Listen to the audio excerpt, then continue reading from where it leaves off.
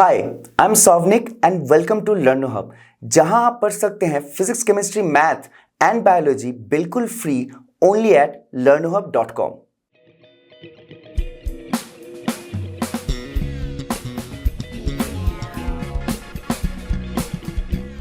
आज के वीडियो में हम डिस्कस करेंगे करंट इलेक्ट्रिसिटी के concept addons, specifically Wheatstone bridge, meter bridge और पोटेंशियोमीटर। तो चलिए बिना देर करते हुए जानते हैं व्हिटस्टन ब्रिज को।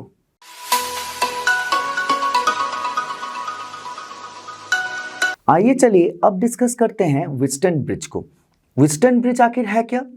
It is a special setup of resistors. एक व्हिटस्टन ब्रिज में आप यहाँ इस फिगर पे देख सकते हैं कि 4 रेजिस्टर्स होते हैं। यहाँ पे P, Q, R, S आपके वो 4 रेजिस्टर्स हैं। वो कुछ इस तरह सेटअप किए जाते हैं और एक जो डायगोनल है वो जो कि टर्मिनल से कनेक्टेड नहीं है। देखिए ये जो पॉजिटिव टर्मिनल है वो A पे कनेक्टेड है, नेगेटिव टर्मिनल यहाँ पे पॉइंट C पे कनेक्टेड है, लेकिन जो डायगोनल है वो B और D पे कनेक्टेड है। मतलब डायरेक्ट टर्मिनल्स के साथ यहाँ पे कनेक्शन नहीं है, रेजिस्टर्स बीच में लगे हुए हैं। उस लाइन पे या फिर उस वायर पे हमने एक गैल्वेनोमीटर भी रखा होता है। ठीक है, ये जो टोटल सेटअप है ये है आपका व्हिटस्टन ब्रिज। अब व्हिटस्टन ब्रिज में एक स्पेशल कंडीशन है कि बैलेंस्ड व्हिटस्टन ब्रिज।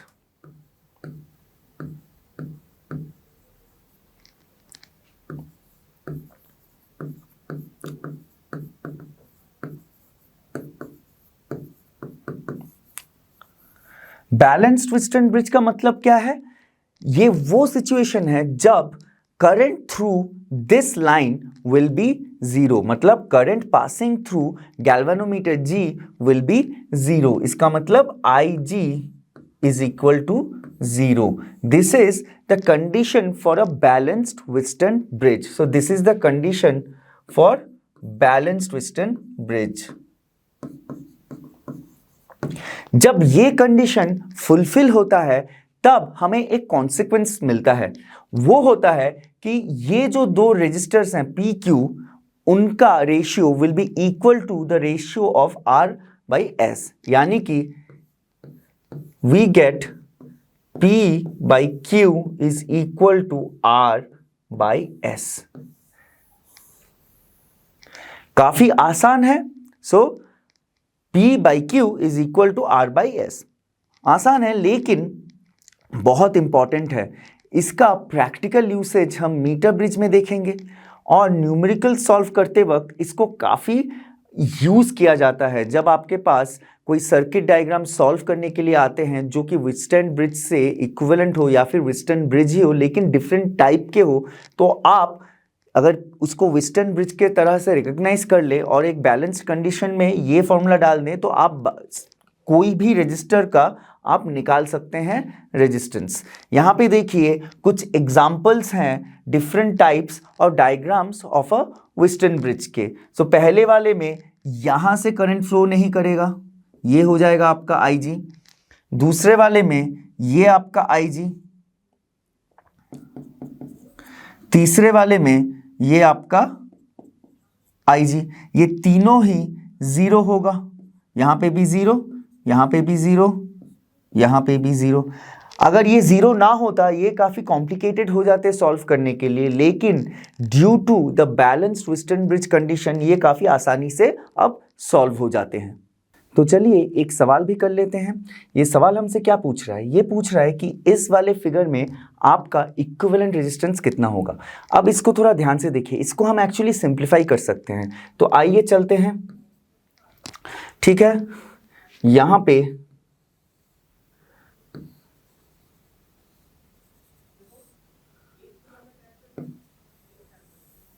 ये देखिए ये वाला जो यहाँ पे ज्वाइन हो रहा है, इसको अगर मैं यहाँ पे भी ज्वाइन कर दूं तो भी हमसे मतलब कुछ ज़्यादा चेंज होगा नहीं, ये इक्विवेलेंट डायग्राम ही होगा।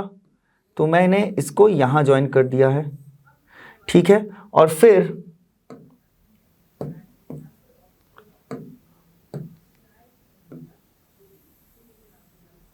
यहाँ पे एक और 2 ओम का बैटरी है। सो सारे जो हैं 2 ओम, 2 ओम, 2 ओम, 2 ओम और 2 ओम, और एक लाइन ज्वाइन कर रहा है इन दोनों को, ठीक है।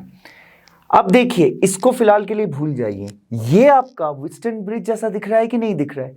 दिख रहा है। और ये जो है वो आपका डायगोनल है जहां पे आपने गैल्वेनोमीटर रखा हुआ था।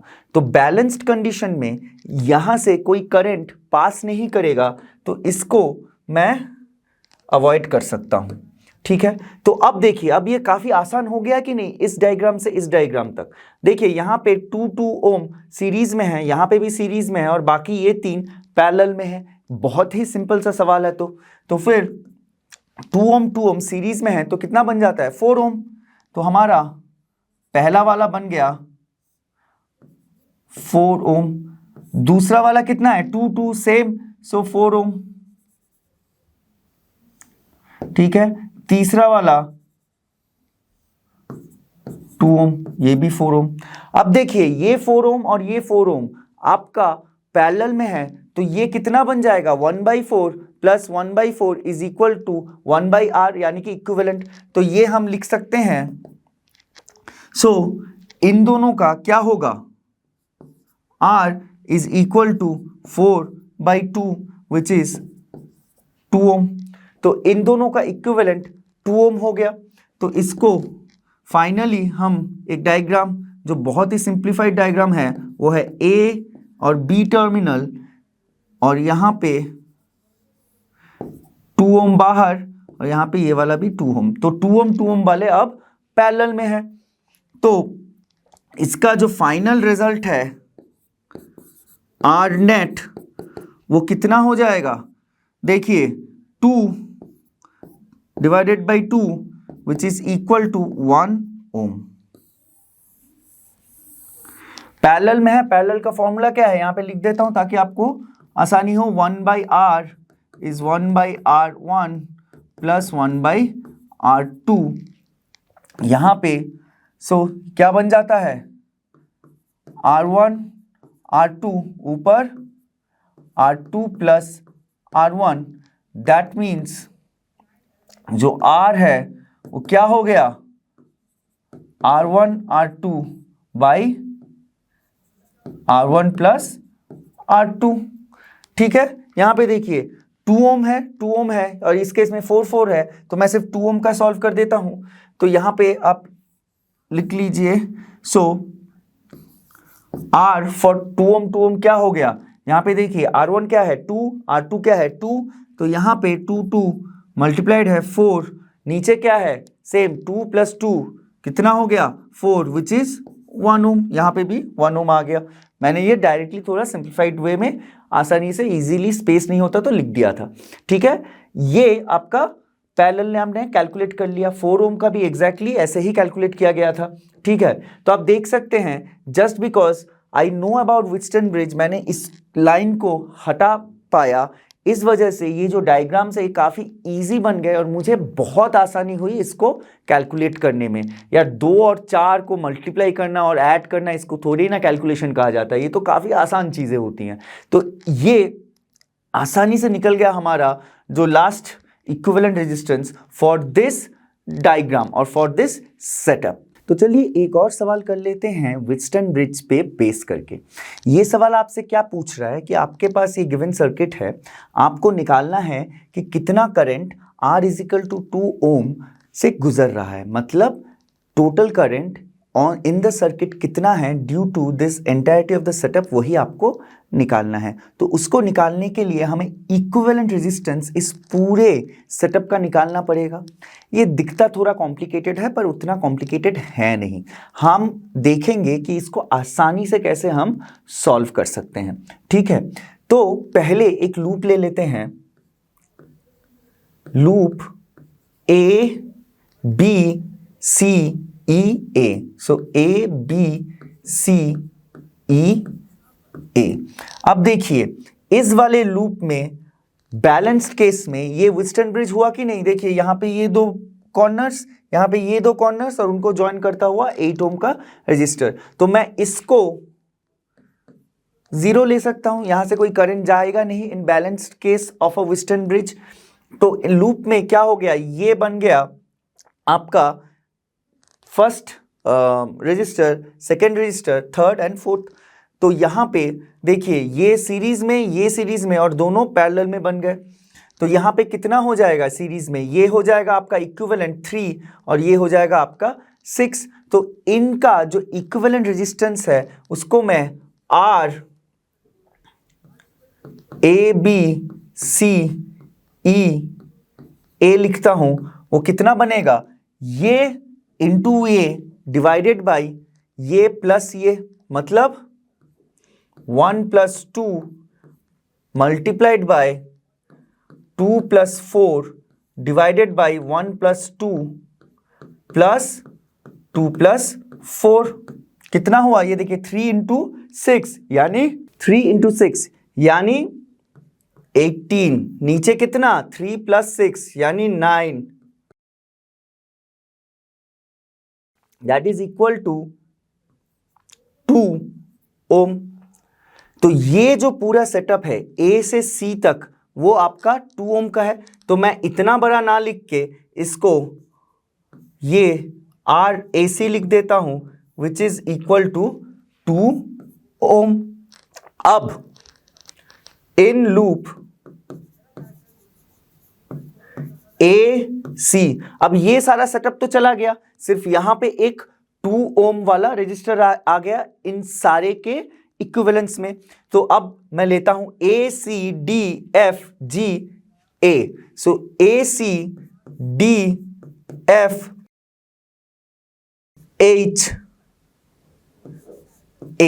ये वाले लूप में, ठीक है। इस वाले लूप में देखिए यहां पे 2, यहां पे 4, यहां पे 12, यहां पे 6 और ये बीच वाला फिर से वही डायगोनल वाला लाइन जहां से करंट बैलेंस्ड केस में जाएगा नहीं, और ये एक व्हिटस्टन ब्रिज है तो ये वाला भी कैंसिल। तो यहां पे देखिए 2 और 4 फिर से सीरीज में, 12 और 6 सीरीज में, और 2 4 12 6 आपस में पैरेलल में। तो यहां पे R ये वाला लूप कौन सा था, ACDFHA, या फिर इसको मैं R प्राइम लिख देता हूं, इज इक्वल टू देखिए 2 + 4 6 इंटू 12 + 6 18 डिवाइडेड बाई 6 + 18।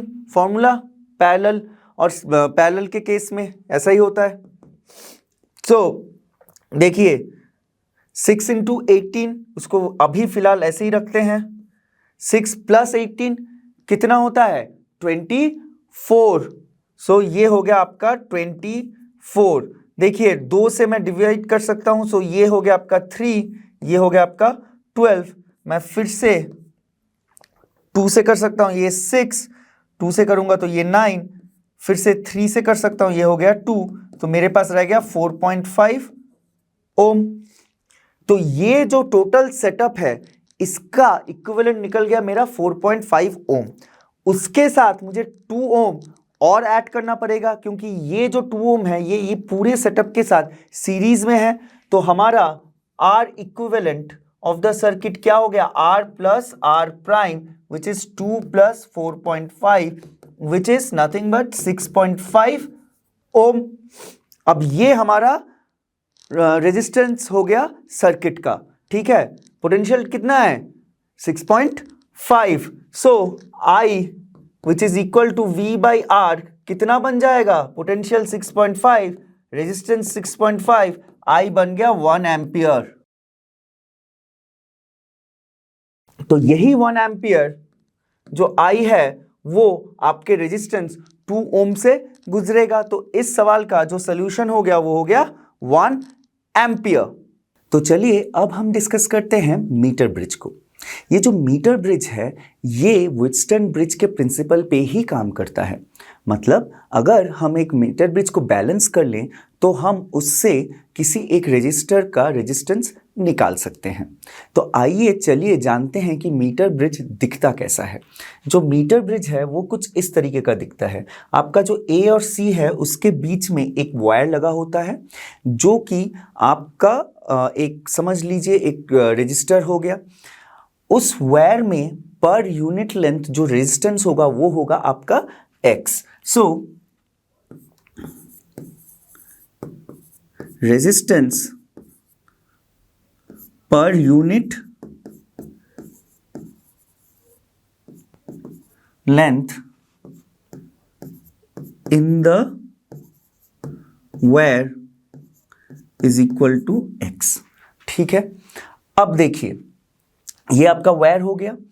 वायर का एक एंड जुड़ा हुआ है आपके positive terminal of the potential source से, फिर दूसरा एंड जुड़ा हुआ है की से।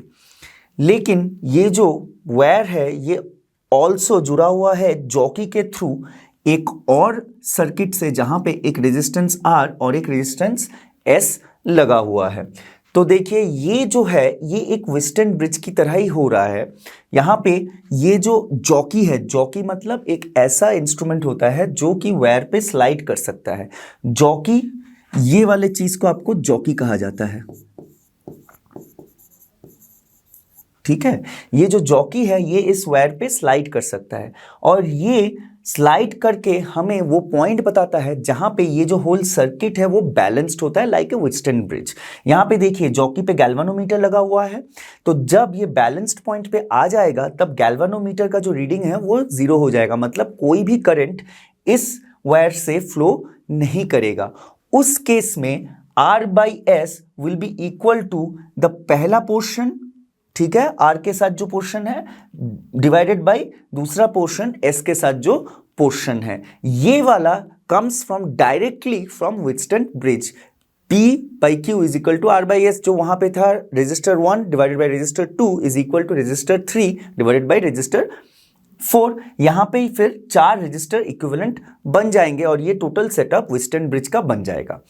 तो यहां पे समझने वाली बात यह है कि ये आपका मीटर ब्रिज है।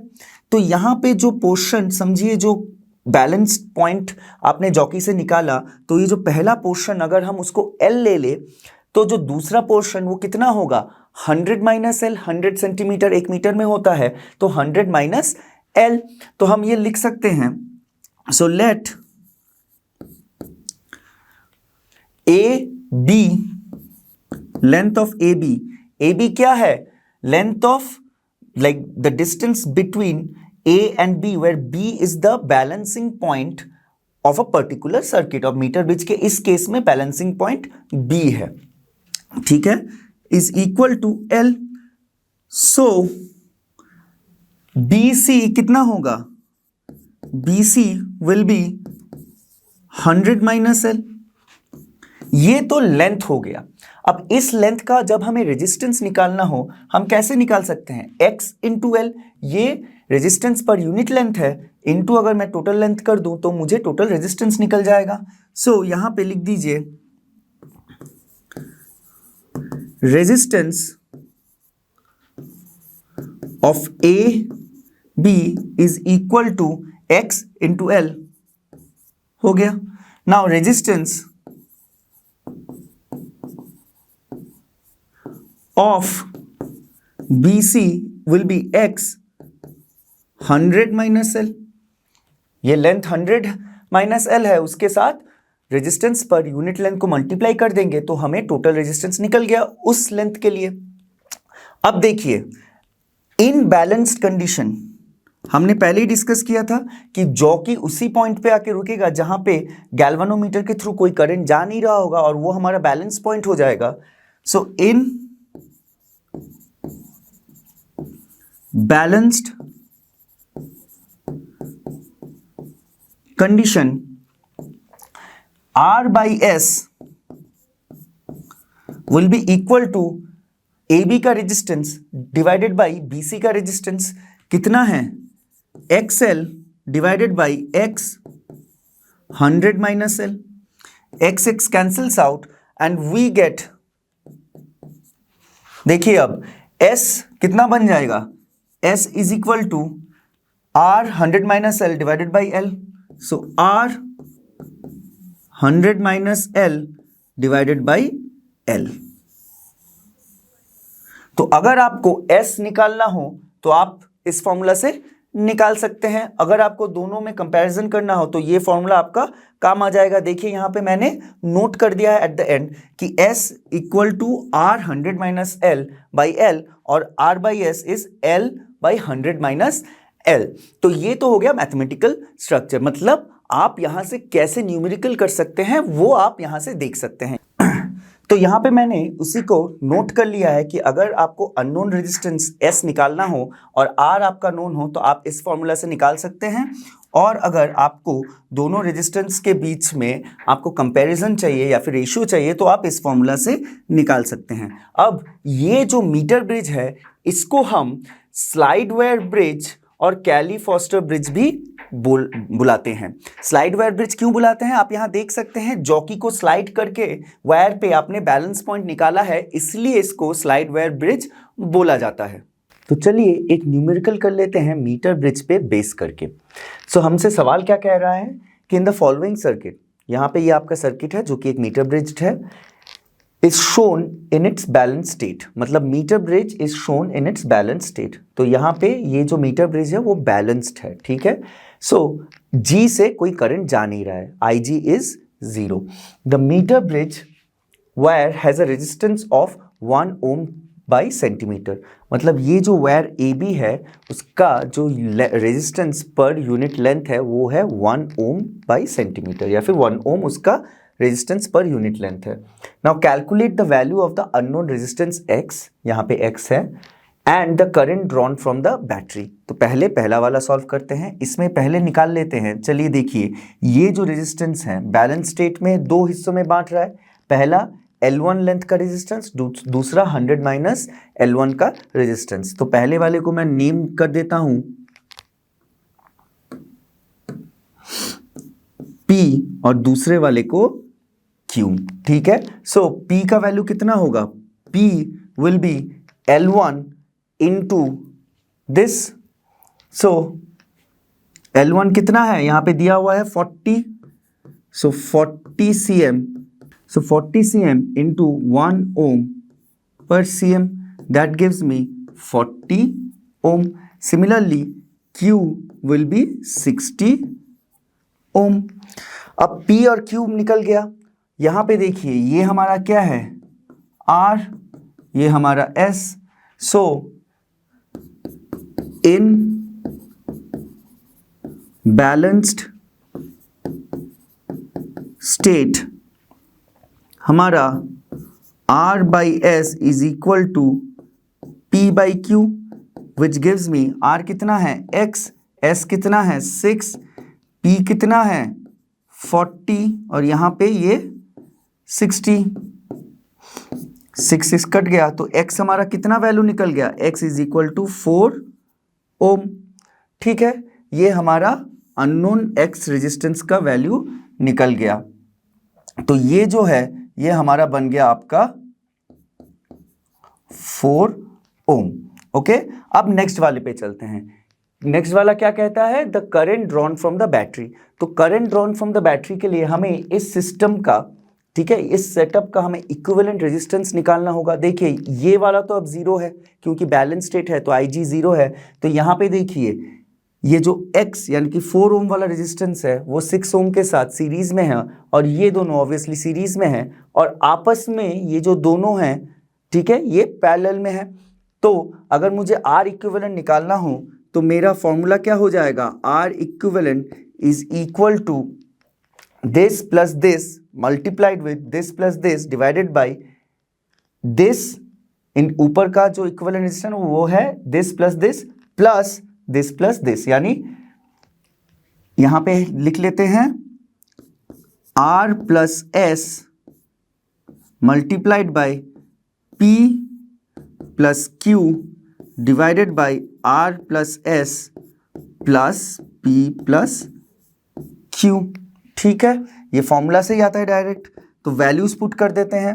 R प्लस S कितना है, R कितना है 4, S कितना है 6 यानी 10, सो 10 इंटू P प्लस Q कितना होगा भैया 40 plus 60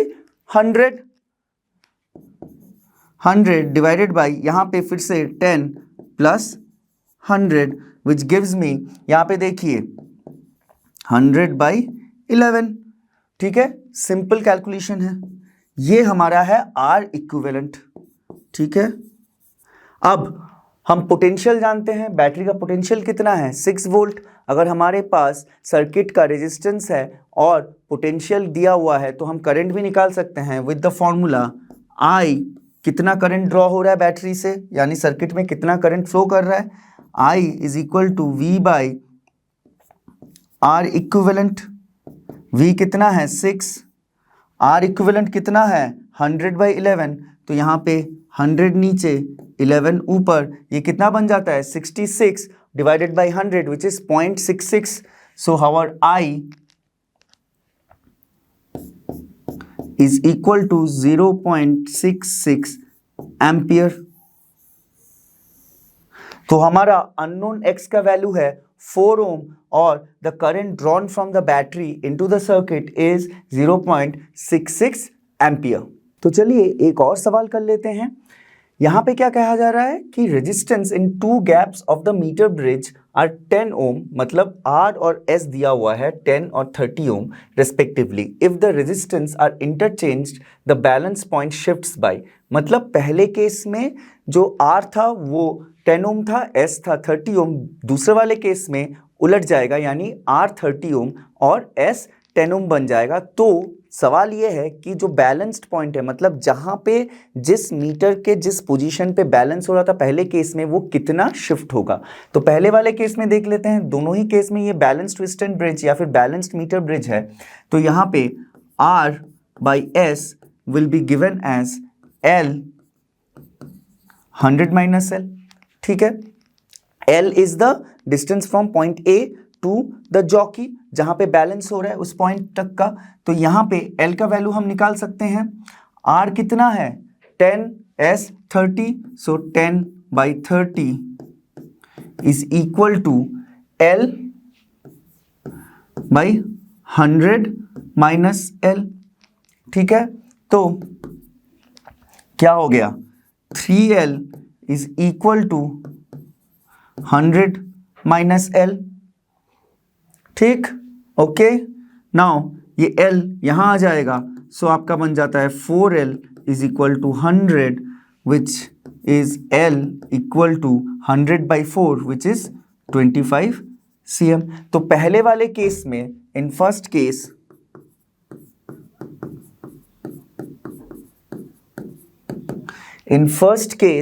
L is equal to 25 centimeter. Now in second case,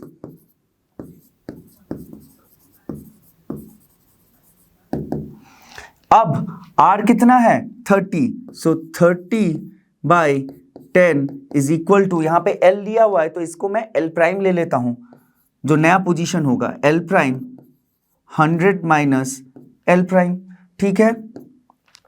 so L prime is equal to 300 minus 3L prime, ठीक है। इसको मैंने इसके साथ मल्टीप्लाई कर दिया है। तो हमारा यहाँ पे देखिए 4L prime is equal to 300, so L prime is equal to 75 cm। अब जो शिफ्ट कितना हुआ है वो कैसे जानेंगे, this minus this, so the shift from case 1 to case 2 is delta L, which is L prime minus L, which is equal to 75 minus 25, which is 50 centimetre. सो आपका जो शिफ्ट होगा वो 50 सेंटीमीटर से शिफ्ट होगा, ठीक है। इसका मतलब जब आप RS को चेंज कर देते हैं तो जो क्या बोलते हैं बैलेंस्ड पॉइंट है, ठीक है, वायर पे जो बैलेंस्ड पॉइंट है वो शिफ्ट हो जाता है। आपने रेजिस्टेंस टेक्निकली चेंज नहीं किया है, टोटल रेजिस्टेंस वो अब भी यहाँ पे देखिए 40 पहले वाले केस में था, अब भी 40 ही है क्योंकि 10+2 जो ऊपर वाला रेजिस्टेंस है, लेकिन नीचे अब आपको मूव करना होगा पोजीशन को ताकि आप फिर से उसको बैलेंस कर सके। इस वाले केस में ये 50 सेंटीमीटर मूव करेगा। आइए चलिए अब डिस्कस करते हैं पोटेंशियोमीटर को। पोटेंशियोमीटर एक ऐसा इंस्ट्रूमेंट है जो unknown EMF of A battery को हमें निकालने में मदद करता है या फिर एक बैटरी का इंटरनल रेजिस्टेंस निकालने में भी हमें मदद करता है। तो पहले चलिए जानते हैं कि ये जो पोटेंशियोमीटर का जनरल सेटअप है वो दिखता कैसा है। आप यहाँ पे एक बैटरी देख सकते हैं, बैटरी सोर्स।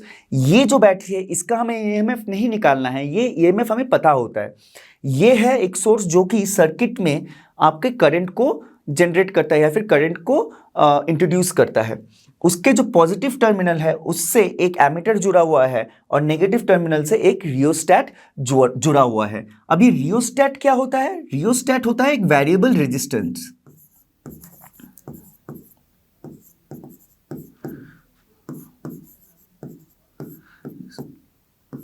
वेरिएबल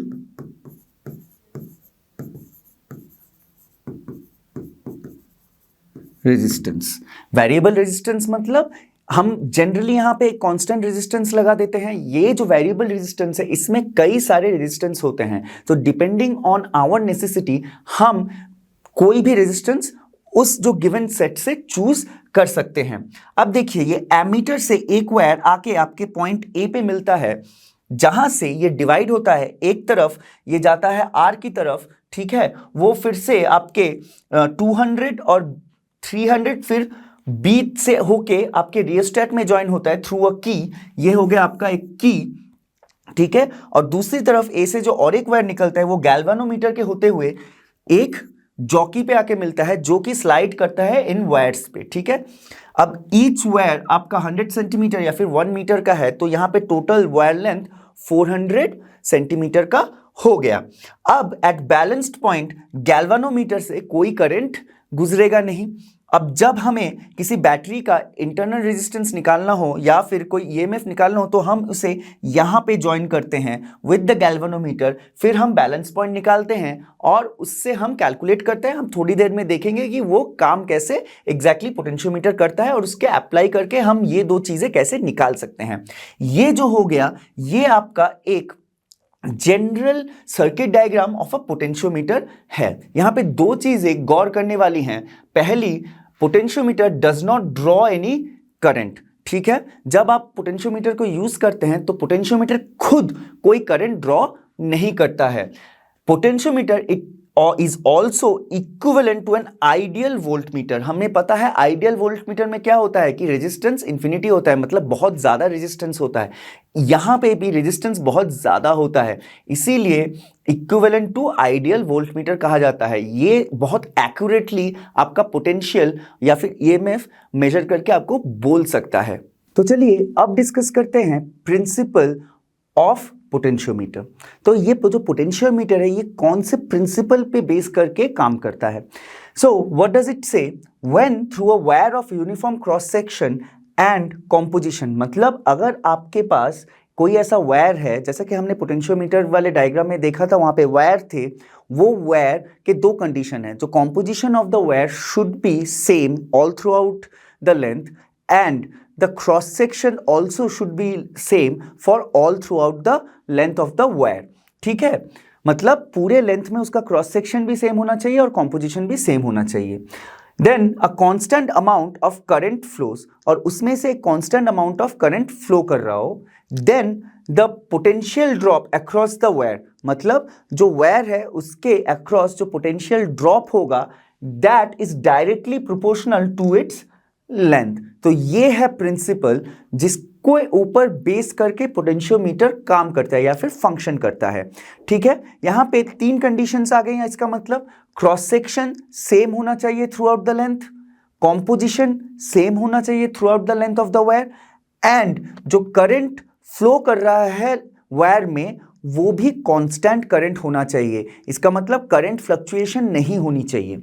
तभी जो पोटेंशियल ड्रॉप है across the wire will be proportional to the length of the wire, ठीक है। यहां पे प्रोपोर्शनैलिटी कांस्टेंट को अगर मुझे हटाना हो, प्रोपोर्शनैलिटी को अगर हटाना हो तो हमें प्रोपोर्शनैलिटी कांस्टेंट देना पड़ेगा। वो प्रोपोर्शनैलिटी कांस्टेंट है आपका के, ठीक है, ये वाला के, ठीक है। इस के को हम पोटेंशियल ग्रेडियंट भी बुलाते हैं। तो यहां से देखिए potential gradient is equal to K. Now, according to Ohm's law,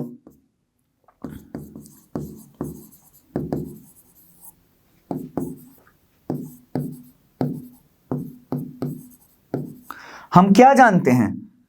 V is equal to IR. Yes. Now I can write this as rho L by A I. R को मैं रो L by A के हिसाब से लिख सकता हूं. ठीक है. अब देखिए, अगर मैं इसको थोड़ा सा सजा के लिख दूं, सो रो I by A into L. अब इसमें और इसमें कुछ सिमिलैरिटी दिख रही है? जरूर दिख रही है. V यहां पे KL है, यहां पे V rho I by A into L है, तो मैं बोल सकता हूं कि K is equal to rho I by A, जहां पे A है आपका क्रॉस सेक्शनल एरिया और I है आपका current in the circuit. So ये जो पोटेंशियल ग्रेडियंट है, इसको आप दो तरीके से डिफाइन कर सकते हैं. एक हो गया ये फॉर्मूला, मैथमेटिकली डिफाइन कर सकते हैं. ये एक हो गया ये आपका फॉर्मूला. दूसरा क्या, आप यहीं से डायरेक्ट निकाल सकते हैं, K is equal to V by L. ठीक है. तो ये दोनों formula depending on given question पे क्या गिवन है उसके हिसाब से आप K को निकाल सकते हैं. K का जो SI यूनिट है क्या हो जाएगा? देखिए, ये V बाई लेंथ का मतलब वोल्ट बाई मीटर, यानी वोल्ट मीटर इनवर्स 1. ठीक है. Another CGS unit is V by CM. तो ये हो गया आपका potential gradient. So this is the fundamental principle on which a potentiometer works. तो चलिए एक सवाल पोटेंशियोमीटर का भी कर लेते हैं. तो ये सवाल क्या पूछ रहा है कि potentiometer wire has 10 metre long and has a resistance of 18 ohm. तो पोटेंशियोमीटर का जो वायर है वो 10 मीटर का लंबा है और उसका जो रेजिस्टेंस है उस वायर का वो 18 ओम या फिर 18 ओम है. Now it is connected to a battery of EMF 5 volt. 5 volt के बैटरी से ये जोड़ा गया हुआ है. इस 5 वोल्ट बैटरी का जो इंटरनल रेजिस्टेंस है वो है 2 ओम. तो अब हमें कैलकुलेट क्या करना है? कैलकुलेट करना है potential gradient along the wire. ठीक है. तो हमें पोटेंशियल ग्रेडियंट जो कि K है वो हमें कैलकुलेट करना है. सो K क्या होता है? K होता है हमारा V by L, length of the wire of the potentiometer. Now V can be written as IR by L. ठीक है. तो इसको कैलकुलेट करने के लिए हमें I जानने की जरूरत है. तो पहले गिवन लिख लेते हैं. गिवन में पहले क्या लिख लेते हैं? R कितना है? 18 ओम. L कितना है? 10 मीटर. ठीक है. EMF कितना है? 5 volt. Small r internal resistance कितना है? 2 ओम. ठीक है. तो हमारा जो R इक्विवेलेंट होगा वो कितना होगा? 18 plus 2 which will be 20 ohm. Internal resistance plus external resistance. So I हमारा कितना होगा? E यहां पे R plus small r, so R plus small r या फिर R इक्विवेलेंट. इस केस में E है 5 by 20 ampere. So I becomes 1/4 ampere. अब इस I को हम इसमें डालते हैं. सो हमारा K कितना बन जाएगा? 1/4 इंटू R का वैल्यू कितना है? 18 इंटू L कितना है? 10.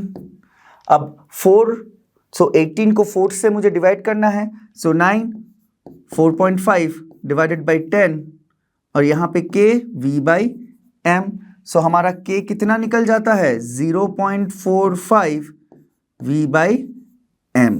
सो ये हो गया हमारा potential gradient for the given values of the potentiometer. So ये हो गया K is equal to 0.45 V by M is your solution. तो चलिए अब डिस्कस करते हैं पहला एप्लीकेशन ऑफ पोटेंशियोमीटर जो कि है comparison of EMS of 2 cell. मतलब आपके पास अगर 2 अननोन EMF हैं तो उनके बीच का कंपैरिजन कैसे कर सकते हैं और उससे हम एक ईएमएफ का भी कैसे वैल्यू निकाल सकते हैं अगर दूसरा वाला गिवन है तो। ठीक है, तो आपके पास E1 और E2 दो ईएमएफ सोर्सेज हैं। ठीक, उसको जब उन दोनों के जो पॉजिटिव साइड्स है उसको आपने ए के साथ कनेक्ट कर दिया है और नेगेटिव साइड को एक टू वे की क्या होता है,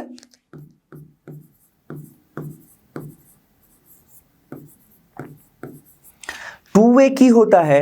जैसे कि आप देखिए यहां पे ये एक वायर आ रहा है, ये एक वायर आ रहा है और जाने के लिए सिर्फ एक ही वायर हो, तो यहां पे अगर आप टू वे की लगा दें तो जब ये टू वे की इस वाले के साथ कनेक्ट होगा पहले वाले के साथ, तो करंट पहले वाले से फ्लो करेगा और जब उसको आप दूसरे वाले के साथ कनेक्ट कर दें तो करंट दूसरे वाले से फ्लो करेगा। तो बेसिकली ट्रेन में ट्रैक्स चेंज नहीं होते, उसी तरीके से यहाँ पे करंट का ट्रैक चेंज करने के लिए ये की यूज किया जाता है। आप जिसके साथ उस की को कनेक्ट करेंगे करंट वहां से फ्लो करेगा। सो E1 और E2 उसी टू वे की के टर्मिनल पे आके मिले हुए हैं ताकि हम ये चेंज कर सकें। फिर ये गैल्वेनोमीटर से लगता है और फिर एक जॉकी से। ठीक है, अब पहले केस में हम क्या करते हैं कि E1 से करंट को फ्लो करवाते हैं। ठीक है, और एक चीज, ये जो लेंथ ऑफ द वायर है यहां पे इस वायर का भी रेजिस्टेंस होगा। सो जो X है, let X B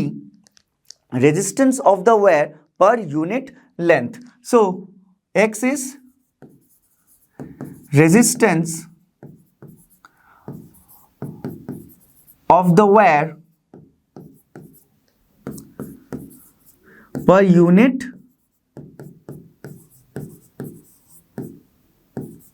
length। Fine, अब पहले वाले केस में हमने E1 के साथ ज्वाइन किया हुआ है, तो E1 के साथ जब ज्वाइन करेंगे तो यहां से कुछ करंट फ्लो होगा। अब मैंने पहले एक कंडीशन रखा था कि करंट कांस्टेंट होना चाहिए, तो नो मैटर हम E1 के साथ ज्वाइन करें या E2 के साथ ज्वाइन करें, करंट हमेशा पोटेंशियोमीटर में कांस्टेंट होना चाहिए। और उसको हम कैसे मेंटेन करेंगे कांस्टेंट, तब काम आएगा आपका रियोस्टेट। तो जब पहले देखिए, जब अगर ये E1 E2 कुछ नहीं थे तब कुछ करंट होगा। ठीक है, उसको आपने एमीटर से मेजर कर लिया, रेजिस्टेंस का या फिर रियोस्टेट में जो रेजिस्टेंस है उसका कुछ वैल्यू होगा, उसको भी आपने मेजर कर लिया। ठीक, अब आपने E1 ज्वाइन कर दिया। ठीक, अब E1 एक करंट सोर्स है कि नहीं है, इलेक्ट्रिकल एनर्जी का सोर्स है, तो उसकी वजह से भी कुछ करंट फ्लो हो सकता है। तो तब ये जो एमीटर पे जो वैल्यू आएगा या फिर मेजरमेंट आएगा वो थोड़ा डिफरेंट आ सकता है। तो तब अब रियोस्टेट को बढ़ा या कमा के उसको फिर से उसी कांस्टेंट करंट के वैल्यू पे ला सकते हैं। इसीलिए यहां पे रियोस्टेट लगाया जाता है ताकि आप करंट को कंट्रोल कर सके। ठीक है, तो पहले वाले केस में, केस 1, इसमें हमने E1 के साथ जोड़ा, तो E1 के साथ जोड़ने के बाद जो EMF होगा यहां पे वो क्या होगा, E1 which would be equal to देखिए ये रेजिस्टेंस है यहां पे। अब लेंथ का रेजिस्टेंस कैसे निकाल सकते हैं, हमें पहले बैलेंस्ड पॉइंट निकालना है। तो बैलेंस्ड पॉइंट पे अगर जो लेंथ L है वो हमारा L1 हम ले लेते हैं E1 के केस में, तो जो रेजिस्टेंस होगा वो कितना होगा, X L1। तो यहां बन गया X L1। ठीक है, ये आपका बन गया resistance in case when E1 is connected. पर मुझे करंट भी इसमें मल्टीप्लाई करना होगा ईएमएफ बनाने के लिए। करंट कितना मल्टीप्लाई करूंगा, the constant current which is I। तो ये हमारा बन गया E1 का। ठीक है, नाउ केस 2, E2 के लिए जब मैं E2 के साथ ज्वाइन करता हूं तो देखिए अब ये 1 के साथ है तब वो 2 के साथ जुड़ जाएगा, तो अब करंट E2 से फ्लो करेगा। तो E2 वाला जो पोटेंशियल है या फिर EMF है that will be again X। Now the balance point will shift.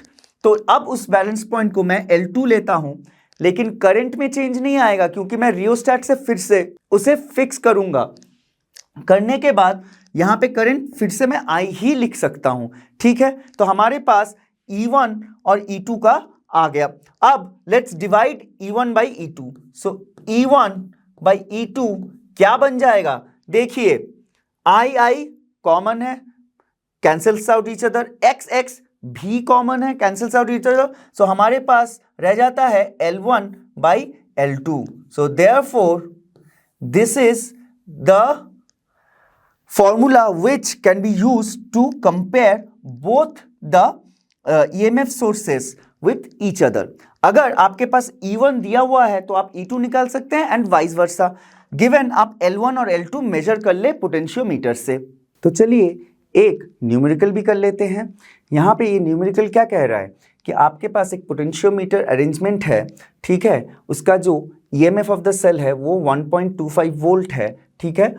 जब ये 1.25 वोल्ट है तब जो बैलेंस पॉइंट है वो 35 सेंटीमीटर पे है. ओके, अब हम ये 1.25 को हटा के कोई दूसरा EMF सोर्स या फिर दूसरा सेल जोड़ते हैं, तब जो बैलेंस पॉइंट है वो शिफ्ट हो जाता है 63 सेंटीमीटर को. तो हमें निकालना है जो सेकेंड वाला सेल है उसका EMF कितना है. यहाँ पे पहले लिख लेते हैं E1 कितना है 1.25 वोल्ट, ठीक है. L1 35 सेंटीमीटर, ठीक है. E2 पता नहीं, L2 63 सेंटीमीटर. अब जो पोटेंशियल ग्रेडियंट होता है वो क्या होता है, K is equal to E by L, ठीक है. लेकिन पोटेंशियल ग्रेडियंट इन दोनों ही केस में, केस 1 और केस 2, केस 1 केस 2 कौन से हैं, पहले 1.25 वाला वो केस 1 और दूसरे में जो अननोन EMF का सेल लगाए हैं हमने वो केस 2. उन दोनों ही केस में पोटेंशियल ग्रेडियंट इक्वल रहता है. तो मैं इसको इस तरीके से लिख सकता हूं. सो K1 मेरा कितना था E1 L1, K2 कितना बनेगा E2 L2. So K1 is equal to K2. इसका मतलब मैं क्या लिख सकता हूं कि E1 by L1 is equal to E2 by L2. That means my E2 is nothing but E1 L2 by L1. अब इसको अगर मैं कैलकुलेट कर लूं तो मुझे E2 मिल जाएगा. तो चलिए वही करते हैं. E2 is equal to E1 कितना है 1.25 into L2 which is 63 divided by 335. अब ये पॉइंट हटा दूं तो मैं लिख सकता हूं 125 इंटू 63 डिवाइडेड बाई 3500. अब देखिए यहाँ पे 5 से मैं इसको और इसको दोनों को ही डिवाइड कर सकता हूँ. ये हो जाएगा मेरा 25, ये हो जाएगा 700, ठीक है. नाउ 7, ये 9, ये हो गया आपका 100. तो यहाँ पे 25 into 9 which is 225 divided by 100 कितना होता है देखते हैं 2.25 यहाँ पे वोल्ट. सो आवर E2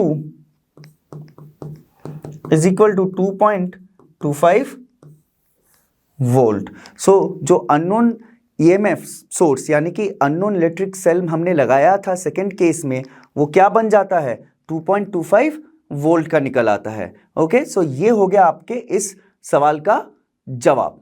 तो चलिए अब डिस्कस करते हैं सेकेंड एप्लीकेशन ऑफ पोटेंशियोमीटर जो कि है to find out internal resistance of a cell with EMF E.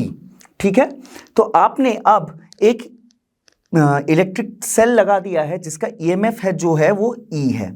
ठीक है, उसको आपने जोड़ा है एक छोटे से रेजिस्टेंस या फिर रजिस्टर के साथ जिसको हमने S नाम दिया है. फिर एक की है K2, फिर वो जाके terminal negative terminal of E के साथ ही जुड़ गया है. कुछ इस तरीके का आपने सेटअप बनाया हुआ है. फिर वो गैल्वानोमीटर, फिर जॉकी. ठीक है, इतना तो समझ में आ गया. तो पहले वाले केस में हम क्या करेंगे, जो K2 को है वो ओपन रखेंगे, मतलब ये वाला जो सर्किट है ये इनएक्टिव रहेगा. तो करंट यहां से आएगा तो सिर्फ इधर से ही जाएगा. तो जब करंट ये K2 ओपन रहता है, case 1 K2 is open, then आपका जो E है उसका वैल्यू क्या होगा, E is equal to X L1. अब L1 क्या है, बैलेंसिंग लेंथ. और यहाँ पे x क्या है, resistance per unit length for the wire, ठीक है। ये तो टोटल रेजिस्टेंस हो गया बैलेंस्ड केस में। और फिर हमारा कांस्टेंट करंट I, क्योंकि पोटेंशियोमीटर में जो करंट होगा वो हमेशा कांस्टेंट होगा और वो I ही आप ले सकते हैं। नाउ केस टू में क्या होगा, यहां पे देखिए अब K2 लगा दीजिए, फिर करंट यहां से भी फ्लो करेगा। तो अब जब K2 में करंट यहां से भी फ्लो करेगा तब V कितना हो जाएगा, V इज इक्वल टू आपका अगेन X, इस बार L2, ठीक है, फिर I, ओके। अब ये जो V है ये क्या है, potential across the terminals of the cell, ठीक है। ये वाला जो सर्किट है ये भी टर्मिनल पे ही ज्वाइन हुआ है, तो हम वहां का पोटेंशियल ले सकते हैं, ठीक है। तो ये हो गया। अब E बाई V कितना होता है, देखिए I again cancels, X again cancels, so L1 by L2। Now internal resistance, external resistance और ईएमएफ का एक रिलेशनशिप था। मुझे याद, अगर आपको याद हो जब हमने इंटरनल रेजिस्टेंस पढ़ा था तब internal resistance was given as small r which is equal to capital R which was the external resistance, then EMF by V minus 1। अब देखिए यहां पे इंटरनल रेजिस्टेंस हमें निकालना है तो वो तो रहने दीजिए, जो एक्सटर्नल रेजिस्टेंस है इस सर्किट में क्या है, वो S है। सो R becomes S, E by V हमने अभी निकाला L1 by L2 माइनस 1। तो ये आपका बन गया इक्वेशन और formula to find out the internal resistance of a electrical cell via potentiometer. काफी आसान है, आप फिर बैलेंस कर लीजिए, L1 और L2 निकाल दीजिए, फॉर्मूला में पुट कर लीजिए और देखिएगा आपको इंटरनल रेजिस्टेंस चुटकियों में मिल जाएगा। तो चलिए एक न्यूमेरिकल कर लेते हैं। A 2 volt potentiometer used for determination of an internal resistance of 1.5 volt cell, ठीक है। एक 2 वोल्ट का जो पोटेंशियोमीटर है वो 1.5 वोल्ट के सेल का इंटरनल रेजिस्टेंस निकाल रहा है इस एक्सपेरिमेंट में, ठीक है।